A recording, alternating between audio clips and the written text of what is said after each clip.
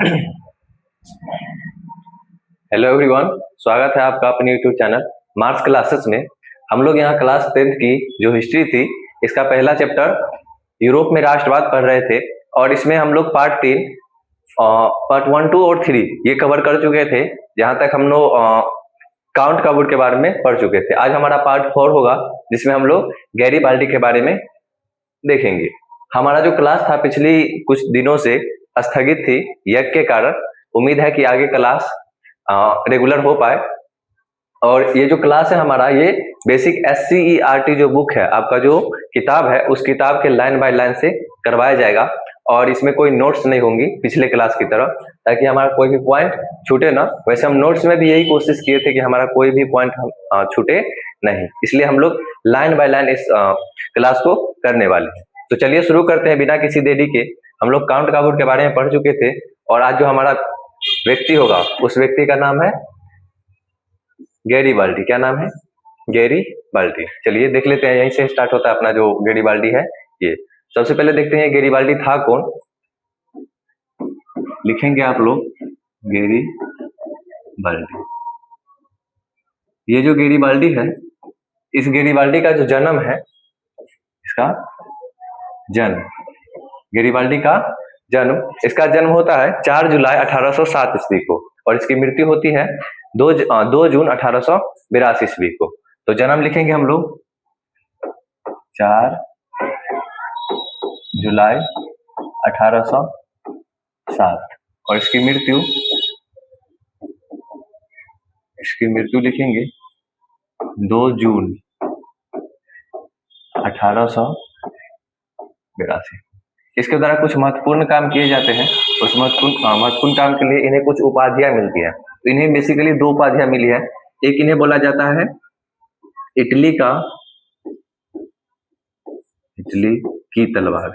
Italy की तलवार। तो इटली की तलवार के नाम से किन्हें जाना जाता है? अपने गैरीबाल्डी को जाना जाता है। और दूसरा इनकी उपाधि है, यह द नेशनल हीरो ऑफ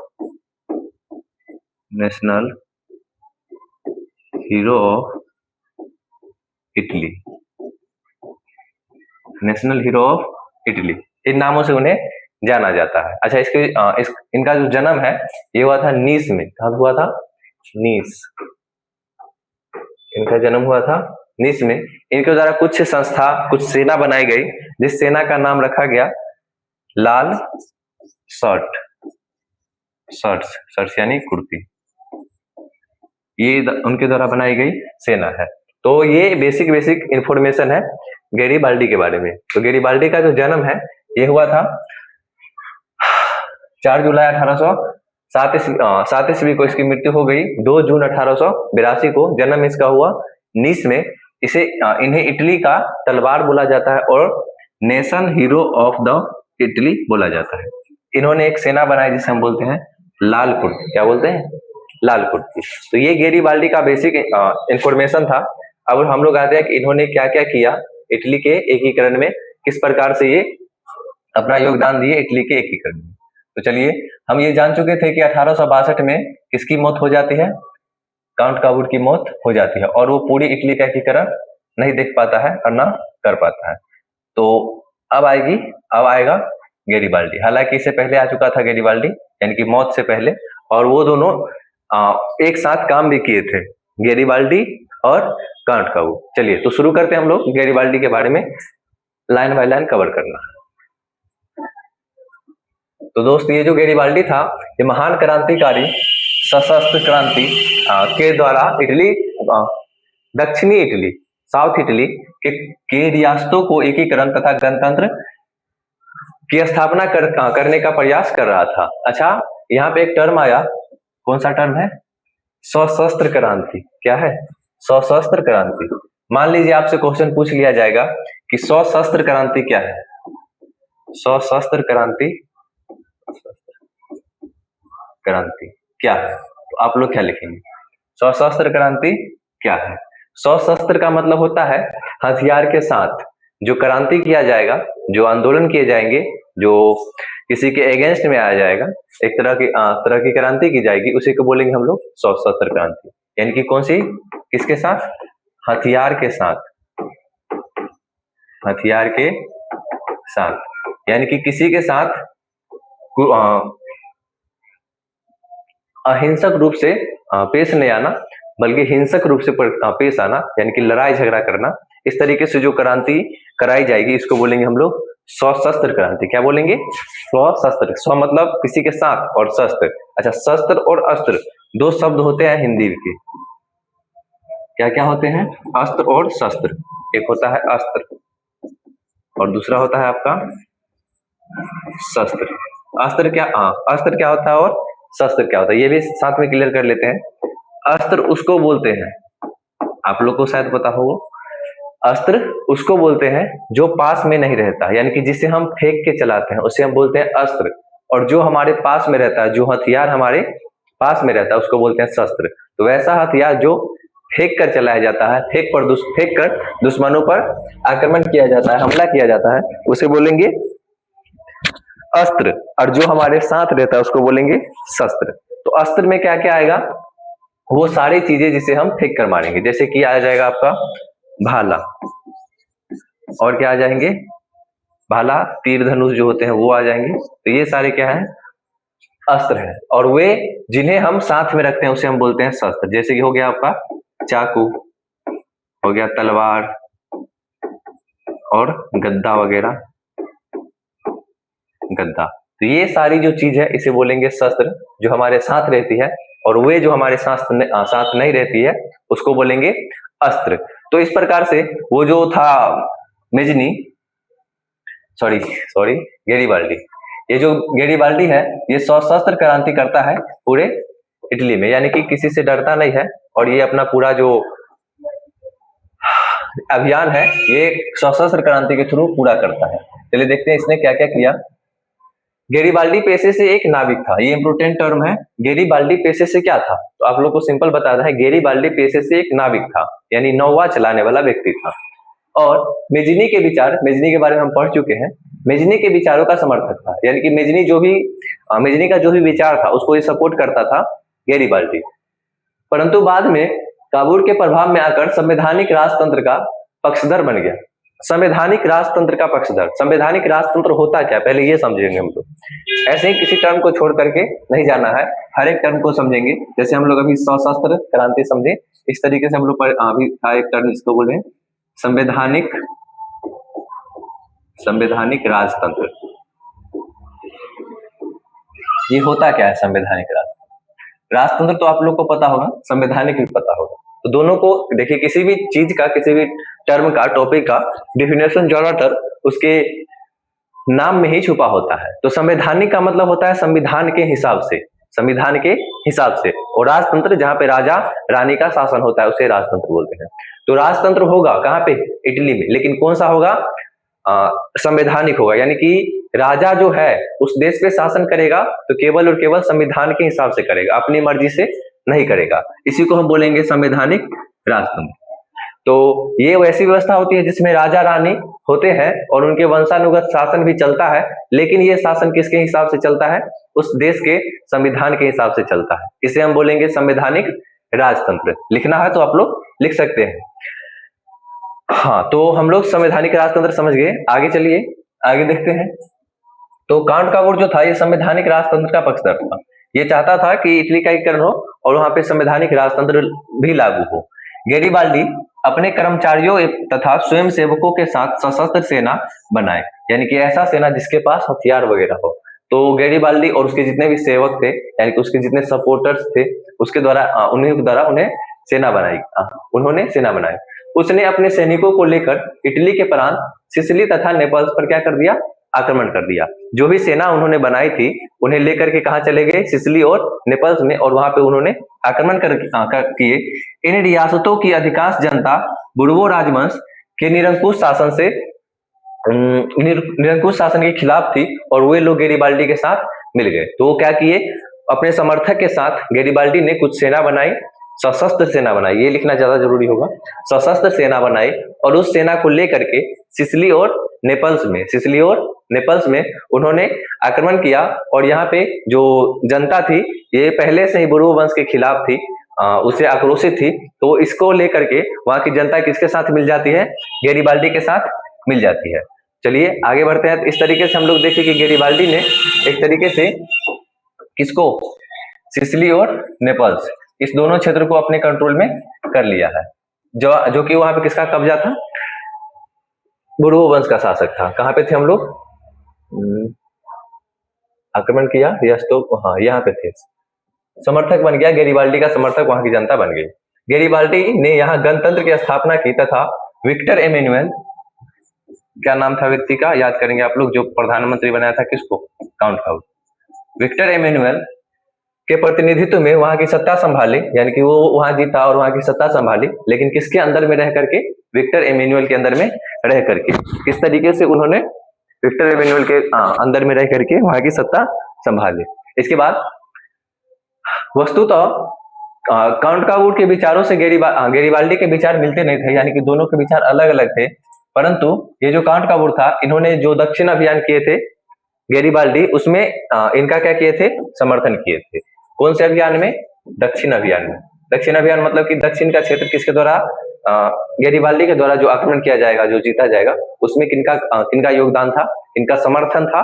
तो काउंट कावूट का समर्थन था। बेसिक ये है कि ये और काउंट कावूट, ये दोनों का विचार मिलता नहीं था, लेकिन फिर भी जो गैरिबाल्डी है ये दक्षिण का अभियान चलाए थे, उसमें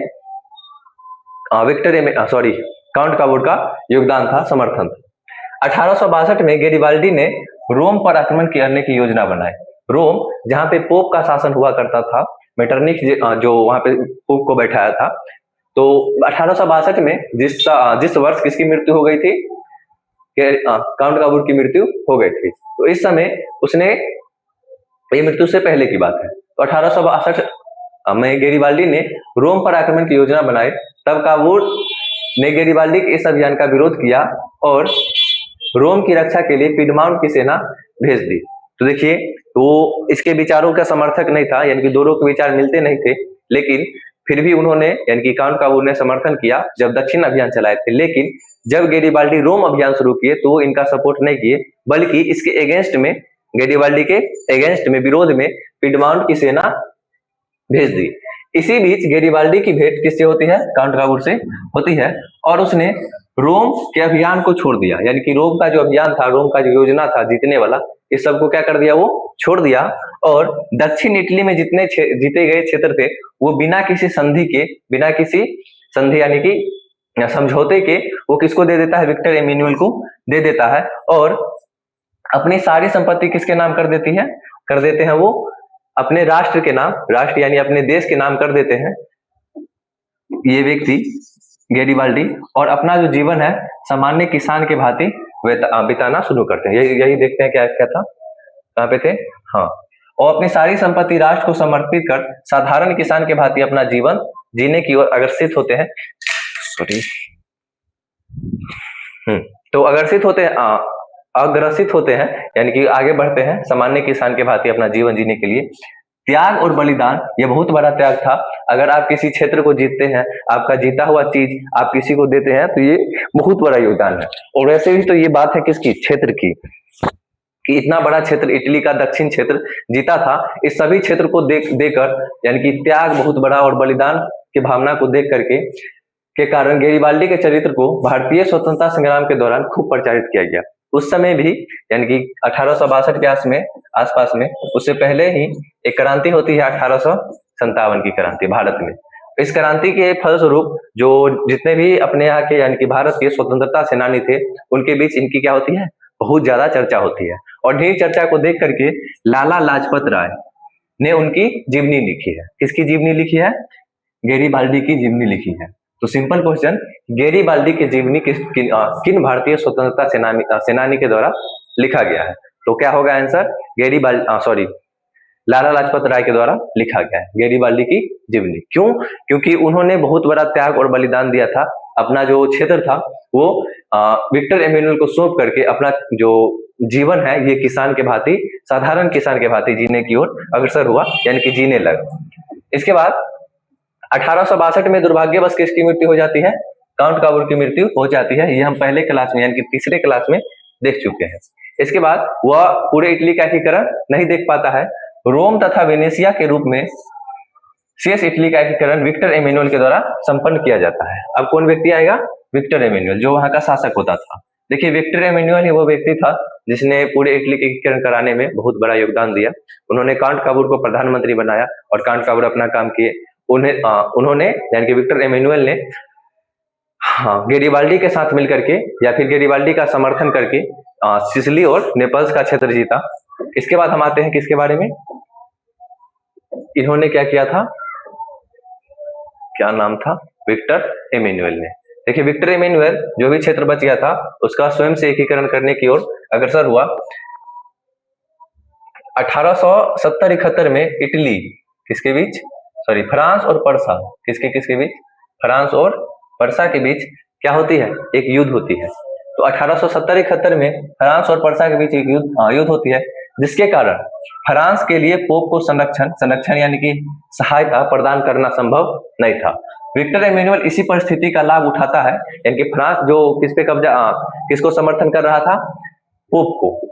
तो सिंपल पूछेगा कि इटली के एकीकरण के दौरान फ्रांस किसकी मदद कर रहा था? पोप को, जो कहां पे रहता था? रोम में रहता था। तो फ्रांस और पर्सा आपस में क्या कर लेता है? लड़ लेता है, जिसके बाद से फ्रांस की जो स्थिति है वो इसके संरक्षण में यानी हेल्प करने की नहीं रहती है। और इसी मौके का फायदा उठाता है विक्टर एमेनुअल और पोप को छोड़कर, यानी कि वहां के जो पुजारी थे, जिसे हम क्या बोलेंगे?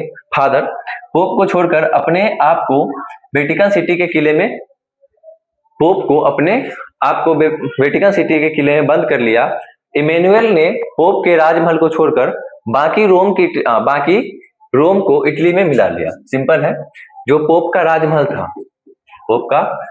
था उसको क्या कर देता है? वो जितने ही पोप थे उसमें उसको बंद कर देता है, और जितना भी रोम का क्षेत्र था, जो वो किला था, पोप का जो किला था, उसको छोड़ करके जितने भी रोम के क्षेत्र थे उस सभी को इटली में वो मिला लेता है। लेकिन ये जो पूरा जो कार्यक्रम चल रहा था, मिला लिया, तो ये किसी के समर्थन से नहीं मिलाया था, इसलिए वहां के पोप जो थे वो इसे स्वीकार नहीं करते थे इस चीज को।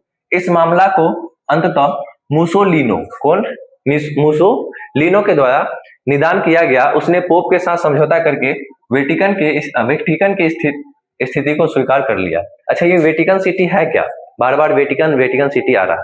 देखिए, वेटिकन सिटी फिलहाल देखेंगे तो इटली में बसा एक छोटा सा शहर है, इसे छोटा सा देश मानेंगे, एक ऐसा शहर जो खुद को स्वतंत्र रखता है। तो वेटिकन सिटी फिलहाल के वर्तमान समय में दुनिया का सबसे छोटा स्वतंत्र देश है वेटिकन सिटी। तो इसी वेटिकन सिटी की बात यहाँ पे बार बार हो रही है। तो इस प्रकार से, यानी कि एक व्यक्ति आता है जिसका नाम था मुसोलिनो। तो बताइए, मुसोलिनो था कौन व्यक्ति? क्या नाम था इनका? मुसोलिनो। सिंपल क्वेश्चन आपसे पूछ सकता है कि मुसोलिनो, यही है ना? मुसोलिनो, हर्षी का दीर्घी का इधर चलेगा। मुसोलिनो ये कौन था? तो आपको सिंपल लिखना है कि मुसोलिनो इटली का, क्या लिखना है? मुसोलिनो इटली का राजनेता था। कौन था? राजनेता था। इन्होंने जो पोप है उनको पोप के साथ समझौता करके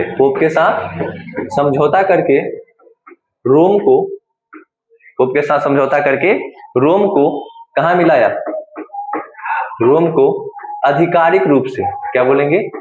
आधिकारिक रूप से इटली में मिलाया। तो इतना लिख देंगे, काफी है। तो ये मुसोलिनो कौन था? एक राजनेता था, एक पॉलिटिकल आदमी था। इन्होंने क्या किया?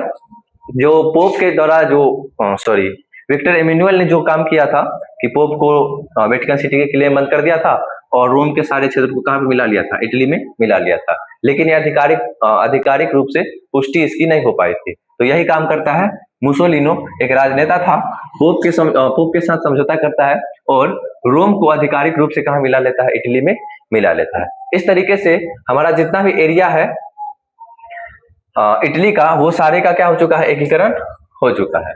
इसके बाद लास्ट लाइन है कि इटली के एकीकरण में किन किन व्यक्तियों ने अपना योगदान दिया। तो इस प्रकार से अब ये जो ईस्वी आ गई है 1871, जो फ्रांस और पर्सा के बीच में युद्ध लड़ा गया था।